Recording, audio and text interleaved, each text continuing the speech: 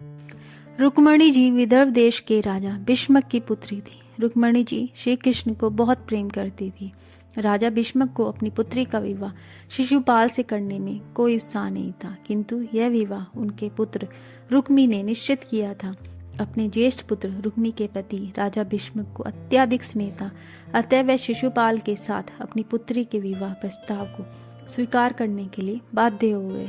रुक्मणी जी ने जब अपने विवाह के बारे में सुना तो उन्होंने ब्राह्मण के जरिए एक पत्र श्री कृष्ण को भेजा, और जब ये पत्र श्री कृष्ण को मिला तो उन्होंने तुरंत ब्राह्मण का हाथ पकड़कर कहा, प्रिय ब्राह्मण, रुक्मणी मुझसे विवाह करने के लिए उत्सुक है। यह सुनकर मैं अत्यंत प्रसन्न हुआ, क्योंकि मैं भी रुक्मणी से विवाह करने के लिए उत्सुक हूँ। मेरा मन सदैव भीष्मक की पुत्री के विचारों में मग्न रहता है। मैं समझ सकता हूँ मुझसे शत्रुता की भावना से रुक्मणी के बड़े भाई ने रुक्मणी का विवाह शिशुपाल से तय किया है। रुक्मणी के विवाह की तिथि सूचित किए जाने के पश्चात श्री कृष्ण तुरंत प्रस्थान करने के लिए आतुर हो गए।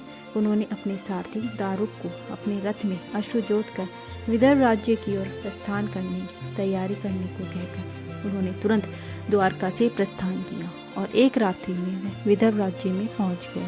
रुक्मणी का विवाह श्री कृष्ण से होने वाला था, यह सर्वविदित तथ्य था, किंतु उसके बड़े भाई रुक्मी ने उसका विवाह शिशुपाल से निश्चित कर दिया।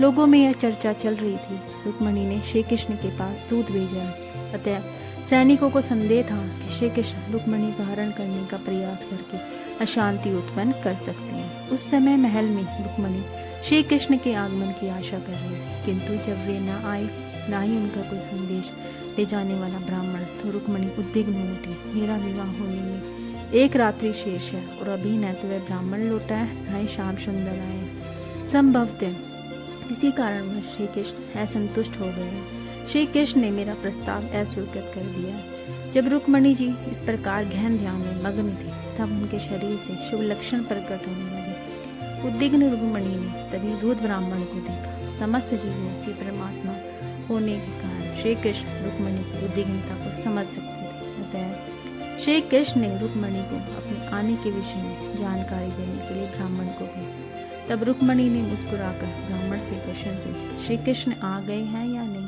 ब्राह्मण ने उत्तर दिया, यदुवंश के श्री कृष्ण आ गए हैं। ब्राह्मण के संदेश से रुक्मणी जी प्रफुल्लित हो गई। श्रीमद् भागवत में कहा गया है कि जब रुक्मणी भगवती दुर्गा के मंदिर की ओर जा रही थी, तो रुक्मणी अपने हृदय में श्री कृष्ण के चरण कमलों का चिंतन कर रही थी। जब रुक्मणी जी मंदिर में गई तो श्री मूर्ति को सादर प्रणाम किया, किंतु उनकी स्तुति भिन्न थी। साधारण मनुष्य भौतिक संपत्ति, लाभ, यश के लिए प्रार्थना करता। रुक्मणी जी श्री कृष्ण को पति के रूप में प्राप्त करना चाहती थी। जब पूजन समाप्त हो गया तो रुक्मणी जी अपनी सखी का हाथ पकड़कर मंदिर के बाहर आई। विवाह के लिए कुंडली से आए हुए सभी अतिथि तथा राजकुमार रुक्मणी को देखने के लिए एकत्र थे। रुक्मणी को उन राजाओं में कोई रुचि नहीं।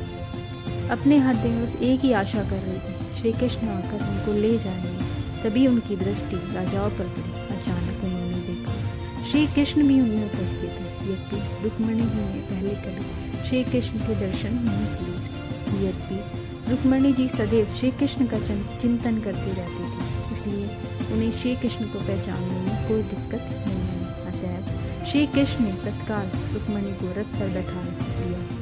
श्री कृष्ण का रथ गरुड़ के चित्र वाली ध्वजा से युक्त था। वे निर्भय रूप से आगे बढ़ने लगे। इस प्रकार सिंह सियारों के मध्य से हिरण को ले जाता है, उसी प्रकार श्री कृष्ण रुक्मणी जी को हरण कर ले गए। अगर आपको ये वीडियो पसंद आए तो इसे लाइक और सब्सक्राइब जरूर करें।